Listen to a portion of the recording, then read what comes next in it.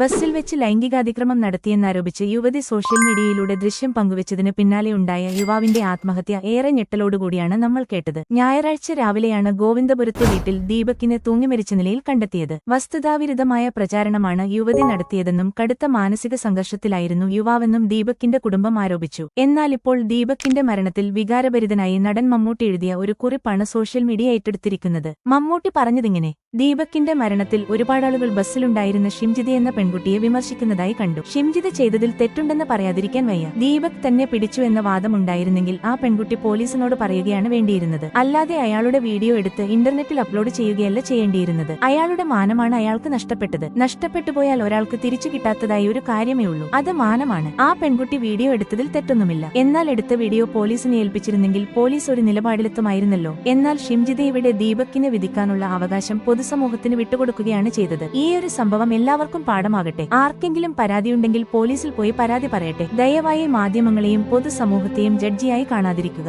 Social മീഡിയയെ കോടതിയായി കണ്ടാൽ പിന്നെ നമ്മുടെ നാട്ടിൽ എന്തിനാണ് യഥാർത്ഥ നീതിന്യായ വ്യവസ്ഥയുള്ളത്? ദീപകിന് മരിച്ചതിനു ശേഷം ലഭിക്കുന്ന പിന്തുണ കണ്ട് അദ്ദേഹത്തിന്റെ ആത്മാവ് ഇപ്പോൾ സന്തോഷിക്കുന്നുണ്ടാവും. എങ്കിലും തന്റെ ഭാഗത്ത് തെറ്റൊന്നുമില്ല എന്ന് ബോധിപ്പിക്കുന്നതിനായി ഒരാൾ ജീവൻ ഒടുക്കേണ്ടി വരുന്ന അവസ്ഥ വളരെ കഷ്ടമാണ്.